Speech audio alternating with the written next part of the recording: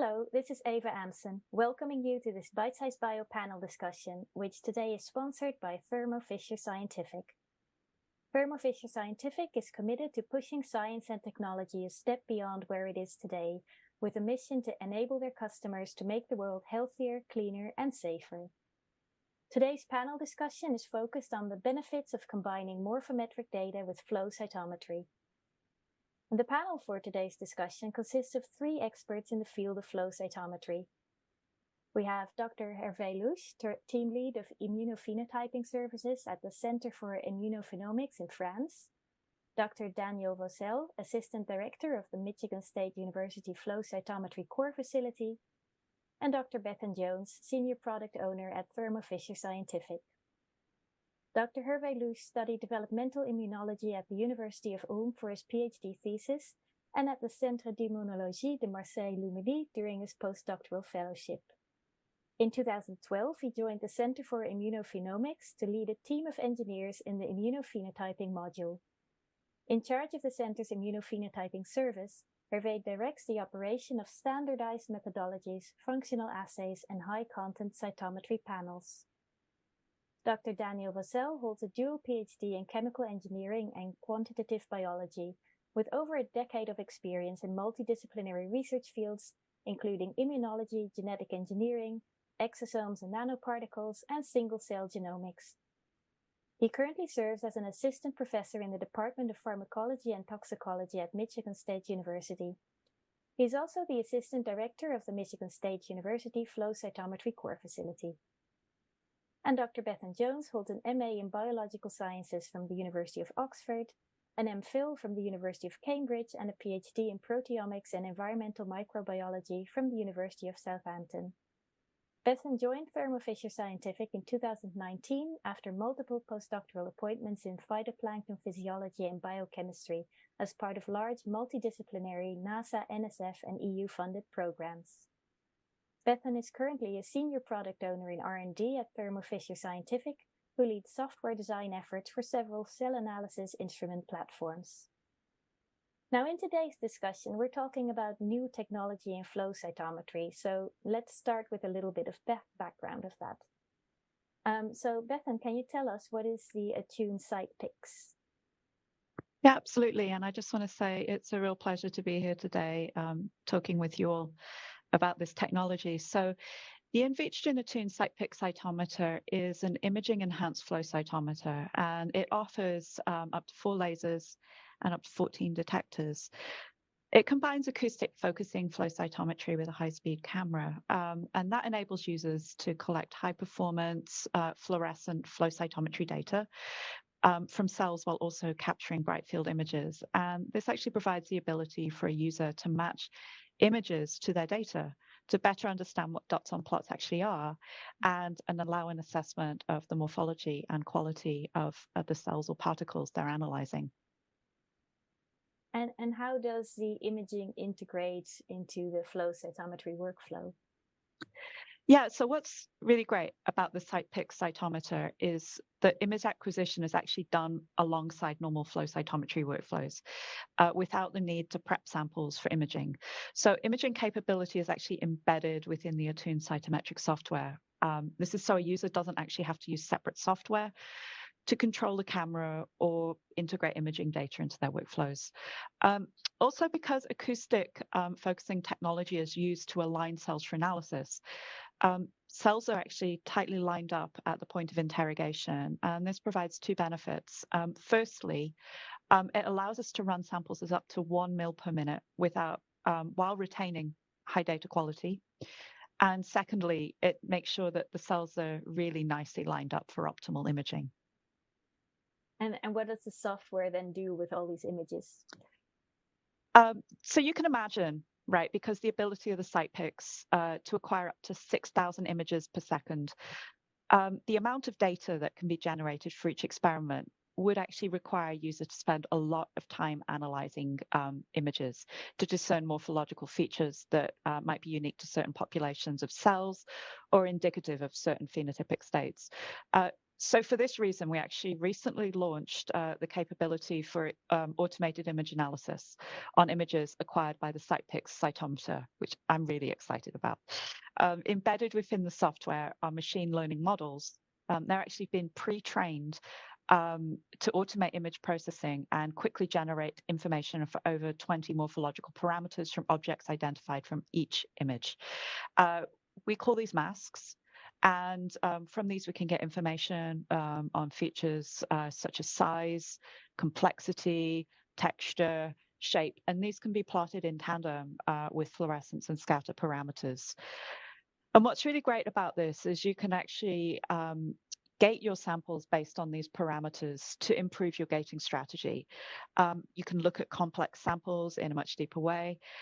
And you can also look for novel phenotypes while developing new applications. To give you an example, we can now use one of our parameters, which is particle count, to differentiate singlets from doublets and aggregates. And this now enables us to better gate our data, meaning that we no longer have to rely on just scatter alone. With automated image analysis, we can now get distinct information in the software about particle concentration and discrete particle sizes. So no longer do you have to say, an object is bigger based on, higher scatter values. Now you can actually say it's 6 microns in diameter. And so you can start to think about your data in a very quantitative way. That sounds really useful. And can it be used with any kinds of cells, or what cells can it be used for? Yeah, at the moment, the software algorithm has been trained and validated using human leukocytes and bead models, but there is a planned update that will enable the analysis of many other cell types. Well, that sounds great. Now, I want to move over to Daniel and Hervé. I've got a question for both of you. In your opinion, what would you say are the greatest benefits to integrating bright field imaging and image-derived data with traditional flow cytometry data? Let's start with Daniel. It's a great question. And I think you can break it down into two aspects, especially with running a core, the benefits for a core and the benefits for individual research projects. For a core, it's great for data reproducibility and just data quality in general. So often our users just never look at cells under a microscope. So the fact that now there's an image associated with that dot, it's really easy to say, there are no cells in this sample, or to say, wow, look at how complex this is. Hey, maybe we could do better for fixation. There seems to be a lot of blubbing, as well as just a lot of really cool, crazy things that we seem to find too. Something that you thought was always just a population of aggregates is actually a unique cell population that's just much larger. Or you go down to the debris, which you would assume is debris, isn't necessarily always debris. So we're finding lots of really interesting things, and adding that extra mention really is helping researchers to refine their own protocols, their own experiments. From a research perspective, it's like I just said, it's identifying those rare and unique populations that we're just so used to sort of discarding. And it sort of brings that sense of wonder back to science, where we're adding this whole new dimension of images and image features. And it's, I can't wait to see what my samples will look like and what I'll find. Yeah, it sounds like there's lots of opportunities. Hervé, what do you think? What are the benefits in your view?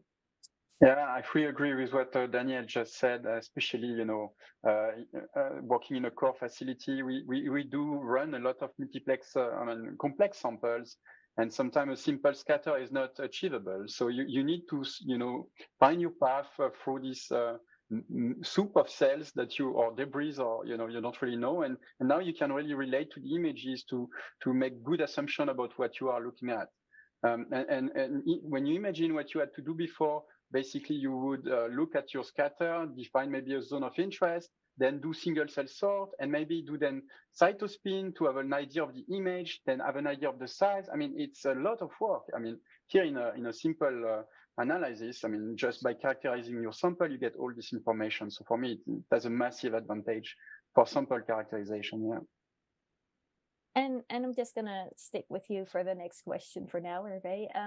Do you have any specific examples, a particular instance where this technology helped you learn something important about a sample that you would not have been able to discover without it? Yeah, that's basically the first experiment we did on the CytPix, and it was a full blast on our side. So it was an experiment that we were doing in collaboration with Cancer Institute, and they wanted to study Schwann cells of the pancreas. And as you said from the introduction side, I am immunologist, so I had no clue about what I was looking at, right? And initially, the sample prep was kind of difficult. They wanted to do single cell RNA-seq, so you better have good healthy cells to run these assays. And basically, we tried to sort out the cell of interest from the mess.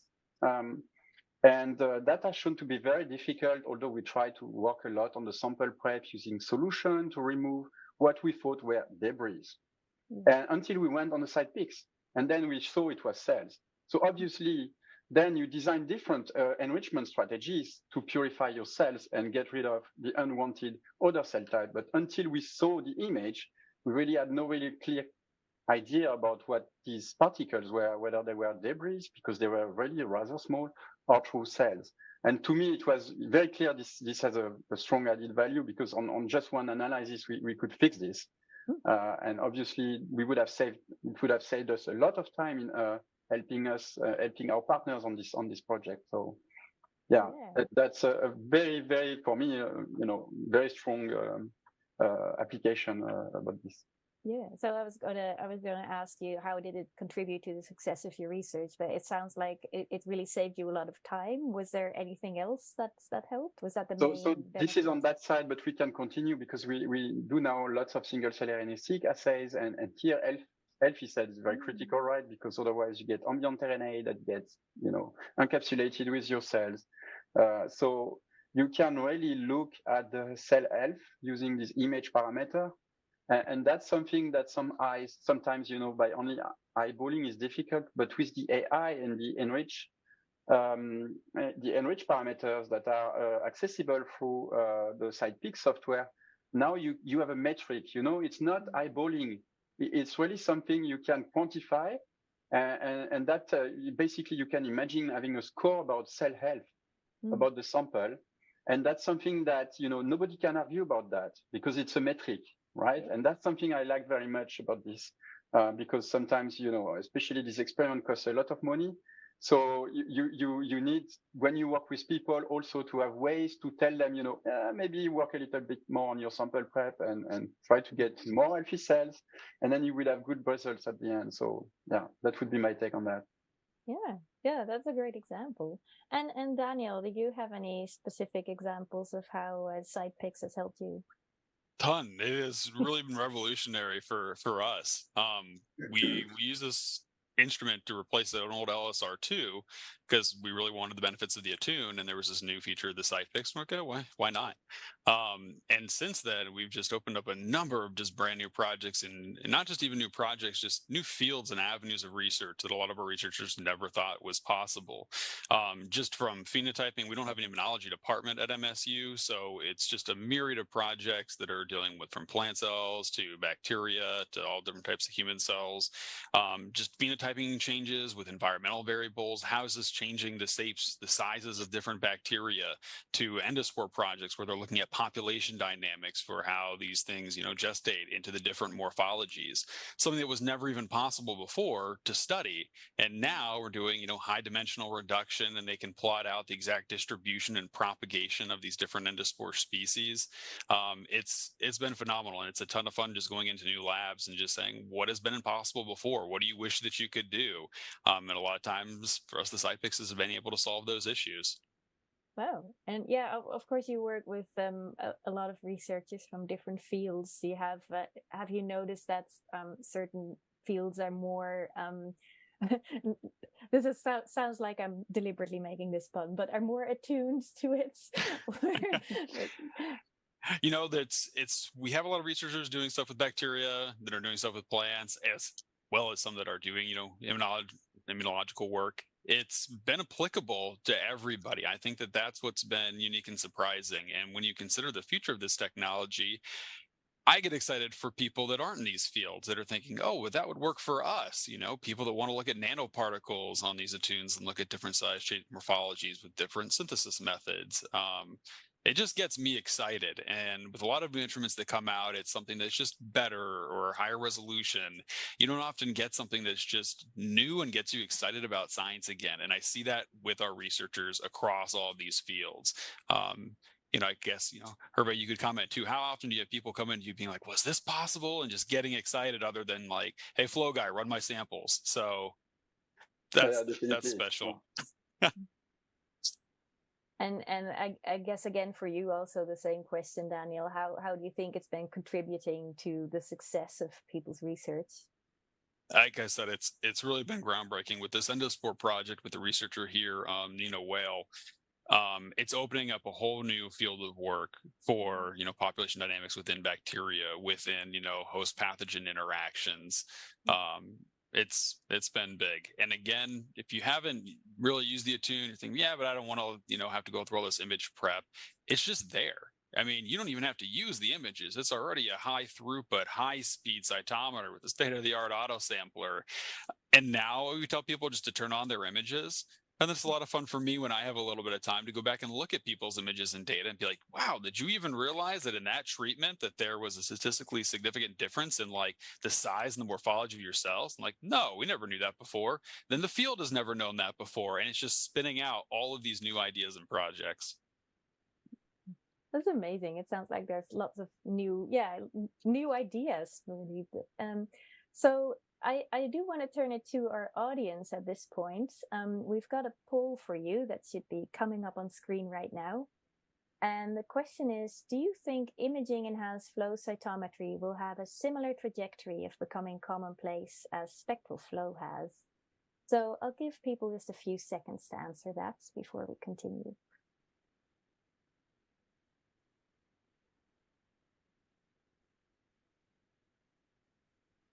Right, and we will get back to the results of this poll later when we have the Q&A. But for now, I've got another question, and this is a question for all of you. When spectral flow cytometry first came onto the market, many people did not really see themselves ever using it. And of course, that perception has changed dramatically over time. And now spectral flow cytometry is quite commonplace. So the same question for you, really, as I'm asking the audience, is do you think imaging-enhanced flow will have a similar trajectory? Let's start with Hervé for this one. Yeah, I really do believe that it will have a similar trajectory for the simple reason, especially for immunologists, that initially they disregard a bit the technology, thinking, oh, it's just, looking at the doublets debris, what. But I see it further. We tried actually to use the image parameters to decipher some further heterogeneity that we would not detect otherwise with fluorescent marker, just based on image parameters, and try to correlate that. And we did find heterogeneity. So at the moment, I cannot mention, what that means. That's some field of investigation. But to me, it could be very well related to different activation stage of cells or different metabolism. And when you open this door, that opens your door to single cell metabolism, something that is still very difficult to do. And here you could do it, together with your fluorescence analysis. And to me, this is really exciting, and I really look forward to develop that and work along that line. Daniel, what are your thoughts on it? Absolutely. The caveat being, a lot of different companies now have spectrum. I think that that's been sort of the big reason that it started to explode is accessibility. And I think that the limitation with imaging and cytometry for the longest time has been that limitation that it's only with one company and not everywhere. So it's great to see Thermo enter the field, but it's also going to rely on things like Thermo's technology, the acoustic focusing, that you don't have to have something like speed beads, that you are not sacrificing resolution in your data, you're not sacrificing speed. They're there. And as that technology itself starts to get implemented, I think it's really going to take off, because just like spectral, you're getting all of these new parameters. You're going to start finding all of these new things out. And just like as Hervé said, that we can't speak to too, but there are some very unique characteristics of cells and treatments that you can characterize different cell populations just based off of these morphological data sets. It's pretty astounding. Yeah, if I may also add something on this, is is that, when people first see the instrument, they believe, oh, and then I will need to dig through all these images to understand something. I had no time. So why should we bother doing this? But the AI is so robust. I mean, we really benchmarked it. It's very impressive. It's not like you would transfer, some issues in focusing with your eyes, normal semi-automated counter. You don't have this issue at all because it's quite robust from upfront. And then you have all these new image parameters that you can analyze without, as you said, Daniel, virtually not looking at the image. You can look back to confirm something, an observation, but you can now use the whole machine learning algorithm and working on this image parameter to fish out heterogeneity. And this is the blast thing, it's really just something, because I mean, these techniques now are there. People know how to use them for spectral flow, for example, and you just add a new modality into your data set and do new findings.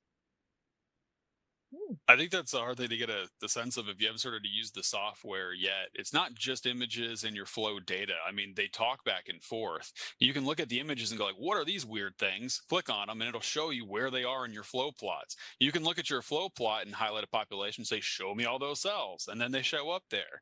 And if you go, but I don't have room for terabytes and terabytes of data, again, because the image analysis is within the software already, when you export just a basic FCS file, it's just a new column shape. It's just a new column size. So the data files are not any larger in any significant manner, and you get all the extra data. I think that a survey says the more people start using it, start talking about it, it's just like, why are people not using this stuff? It's amazing. So that's my thought. Yeah. So one of the things. Yeah. Oh, go sorry, ahead. Eva. I was gonna just ask. I was gonna move to you anyway. I was gonna say, so you both think it will be commonplace. Bethan, what do you think? Well, it's great to hear, Hervé and Daniel talk about the software, because we work really hard on trying to make it user-friendly and as embedded in normal workflows and intuitive as possible for our users. For me, on a personal perspective, even when you're embedded in the R&D of software and instrumentation, we still the level of excitement we have when we see new images come up on the screen. During development of the CytPix, one of the things we actually did was we went out to a local pond and we just got pond water. And at that point, we'd just been running beads through the instrument and PBMCs. And then we started seeing all these diatoms, which was amazing to see all these different shapes and samples. We even actually just got, tiny little cells, little diatoms from a puddle outside the building. Just the ability to see life everywhere is fascinating. And one of the things I'm most excited about in R&D at Thermo Fisher is seeing how our customers use all these different parameters. We have over 20 parameters embedded within the software for data discovery. And I think having it embedded within the software in such an intuitive way with plots really enables people to click around and have that exploration and start looking at new phenotypes and start looking at things. But I really do believe with the CytPix, and I'm not just saying this, from an R&D perspective, I've been a user of flow cytometers. I've done cell sorting. I've struggled with sample quality and not knowing whether my environmental sample is full of debris or whether I have just very weird organisms there. The ability to just very, very quickly see things, it gives me additional faith in the sample that I'm investigating, in the robustness of my data for publication. And, as somebody who's done molecular biology and flow cytometry all of their career, I hadn't really a lot of the time seen the things that I've been analyzing. I've assumed the dot on plot is a certain thing based on certain parameters, based on scatter, based on what I've dyed it to. It's given me this whole new level of ability to see what I'm doing, but also appreciation for the biology. It's very easy to forget that these are actual cells sometimes, not just dots on a plot, and to actually start to see fine scale morphology and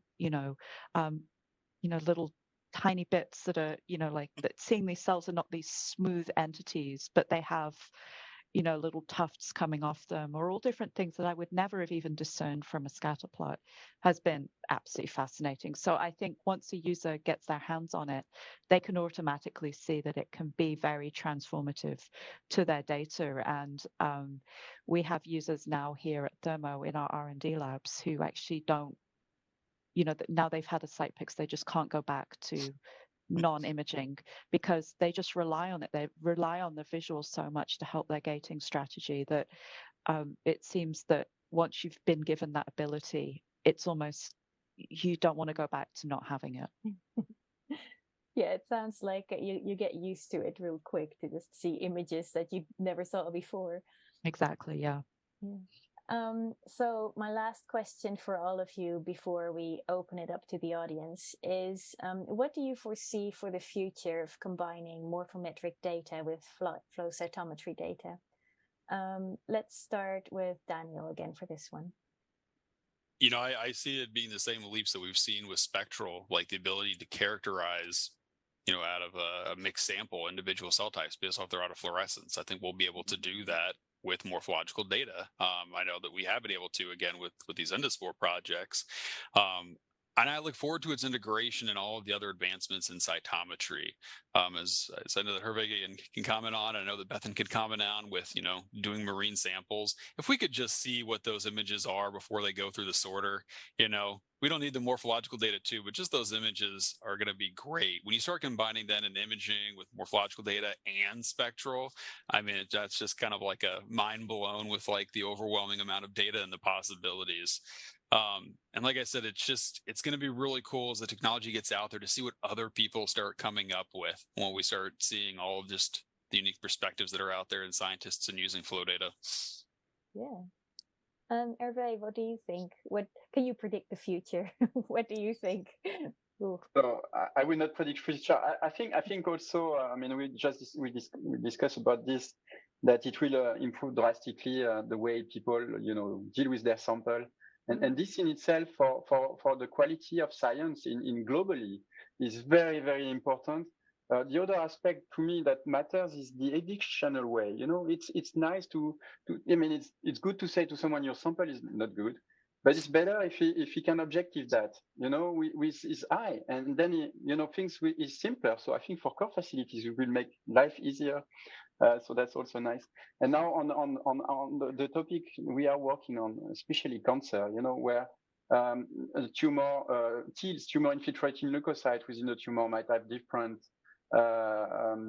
metabolic status. Again, I mean, I just been discussed about this, but I'm true believer that the shape of the cells is linked to activation for some cell types, and that will help discover new things, maybe help identify treatment that are efficacious with these morphological parameters on one side. And on the other side, we know that there are some switch also in metabolic activity of lymphocyte in response to treatment. So that might help actually identify treatment important for cancer. And this in in what I'm doing every day is something very important. And I'm so glad that we can now address that with the CytPix. Yeah. So my next question was going to be, are there any specific applications that you're excited to see? But it sounds like you already have a vision of how it could help in cancer research. Are there any other applications that you're excited about? Maybe falling short, maybe Daniel. The only one that I haven't seen is we like to do a lot of outreach, into the community and the rest. And it's hard to do that with cytometry. A lot of the microscopists have that easy. But we've had a lot of success where we can go into high schools, middle schools. You can go pick flowers and we can look at pollen grains, and then you can start to decipher, like port and side scatter. Look, the differences in size. Kids can go bring pond water or well water and look at how pure and clean their water is. So it's also great that it's another engagement tool for the next generation. Yeah, definitely. Bethan, anything else you foresee for the future? I just think it's such a powerful tool to be, in any lab that's looking at particles or cells, running it through our flow cytometer has ended up becoming routine even for our cell culture facility. We're able to detect whether cultures are becoming contaminated ahead of other detection techniques that take a couple of days. I just see, for me, I think the possibilities are really endless, and I just look forward to seeing how it's going to be adopted. From a personal level, I'm very excited about what the future will bring for, looking at, like, Hervé said, the physiology of cells is the ultimate expression of everything that's going on, the genomic data, the proteome.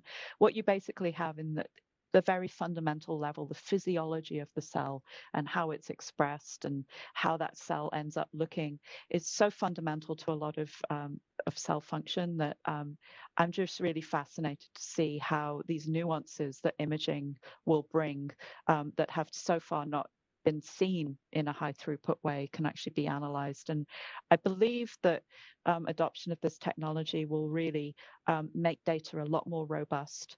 I think that it will lead to a lot more faith in some rare data analysis, for example, when you can say a rare population really is cells.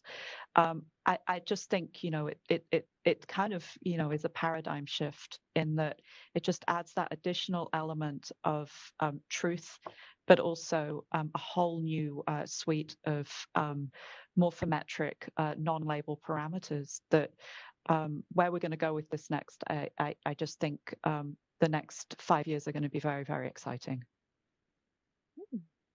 Yeah, so it sounds like lots of exciting things happening with flow cytometry. So I think it's time we open up this discussion to questions from the audience.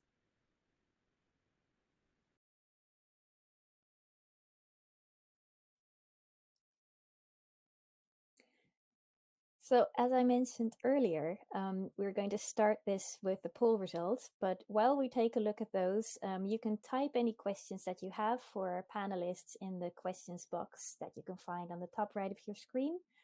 I don't know why I'm pointing that way. If you have a question for any panelist in particular, please mention their name. Otherwise, I'll just throw your question out to the group. So pretty much like our panelists, the audience also thinks highly of the future of imaging enhanced flow cytometry. 91.7% of you think it will have a similar trajectory of becoming as commonplace as spectral flow has. I think that's great to see. Any comments on that from our panelists? You can unmute yourself. I think you're still muted. Nope, I agree. Yeah, I mean, we already heard that you all think something similar. So I think we can move on to the questions. And this question came in a while ago while we were all talking. Daniel, I'm going to put this one to you. Is a small size scatter filter also available in CytPix? And do you have any experience with looking at vesicles on the CytPix? Yep, so we do a lot of exosome sorting analysis with our influx that has a small particle detector. And we run a few of those samples as well on the Attune CytPix, so it does have the side scatter filter. Yeah, it has very similar results when you run it and clean it out and run it the same way that you should. The interesting thing to me is it doesn't take pictures of the exosomes. They're far too small. There have been a few cases where a researcher thought they had an exosome population, but the camera did pick up debris for every one of those instances. So they thought that it was an exosome, again, just based on forward and side scatter, but the images helped us to go, that's probably not actually an exosome population. Yeah, so that's another useful application of having the images. The next question, can you use this for subcellular location of biomarkers, for example, nuclear versus cytosol? Who wants to address this? I can take this one. Okay. So kind of unlike high content screening, we have rapid cell analysis at about 6,000 images per second, and we're actually able to analyze flow cytometer up to 35,000 cells per second. But the instrument currently is a bright field camera, so it does not currently provide information about subcellular content. But what is really interesting in some cells, if you look at photosynthetic organisms, you are able to see the chloroplast. You are able to see some features in cells, such as different lipid bodies, for example. So it does depend currently on your organism that you're looking at or your particles you're looking at. But right now it is a bright field imaging, image-assisted flow cytometer. Great, thanks. And this next question is also for you, Bethan. Are there any plans to have additional colors added to CytPix? We are always looking to innovate in flow cytometry and kind of make sure that our platforms meet user needs. So, watch this space as we develop our platforms in the future. If I can unofficially speculate, when the engineers were installing it, there are spots for additional filters that aren't currently there. That's good to know. So there's always room to grow. And this question, let me put this to Hervé and Daniel. Can you think of any specific benefits for the Attune CytPix for neuroscience research?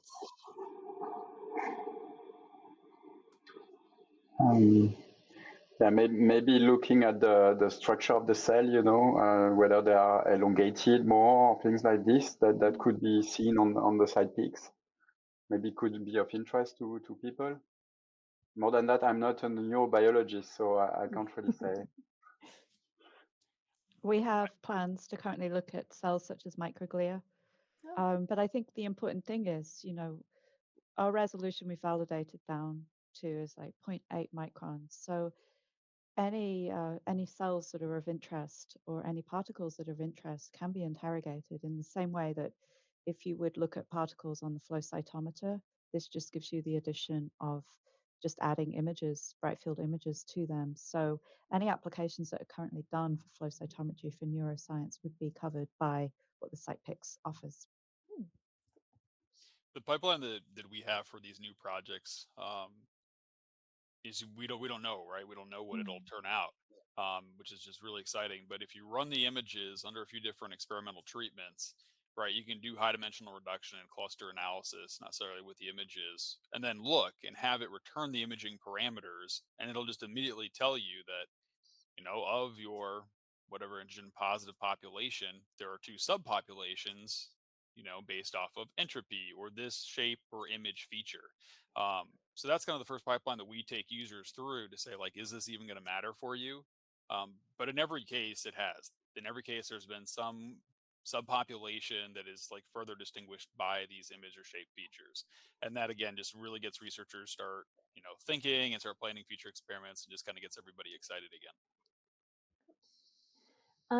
And then something that I kind of missed in an earlier question that I want to get back to. It was a long question. I only asked you half of it. How is this technology different from the image stream Make2? Yeah, it's slightly differentiated, actually quite differentiated. So the CytPix is an imaging enhanced flow cytometer that's first and foremost a flow cytometer itself. So it doesn't require any changes to sample prep or run conditions that are actually required for the Amnis image stream. That's really the short answer of it. They're very different platforms, and obviously the Amnis has a lot of fluorescent capabilities, but this is in itself a flow cytometer. You can go and do flow cytometry as you would with any other flow cytometer, and just with the benefit of imaging and not having to change anything about the way you do sample prep. Yeah, and if I may comment on that, I think the software point is a very important one, because I mean the Mark II, you need to have an expert guy dedicated to setting mask and things. It's rather complicated to use. I feel, and actually that's why I never went into the Amnis platform, because I mean you have your people and they have a given time, so you cannot just each application then you have a new engineer. It's not possible. So with this one, because the AI is doing the job for you, that means now you can just directly use these parameters and explore the data like this. So you don't have, you don't set up masks, you don't do this. The AI does that for you, and that saves a huge amount of time. We literally have researchers that have undergrads like running this for them. Cool. So yeah, it sounds easy to use. Let me just check. Yeah, so I think we've gone through all of our questions, which means we have reached the end of our discussion today. So thank you so much to everyone that joined. And of course, thank you to the panelists for this exciting discussion. For those of you in the audience with remaining questions, you can request to speak to a local technical specialist at Thermo Fisher Scientific by calling 1-866-356-0354 or emailing customercare@thermofisher.com. Thanks for joining us. Good luck in your research, and goodbye from all of us at Thermo Fisher Scientific and Bite Size Bio. Good luck. Bye-bye.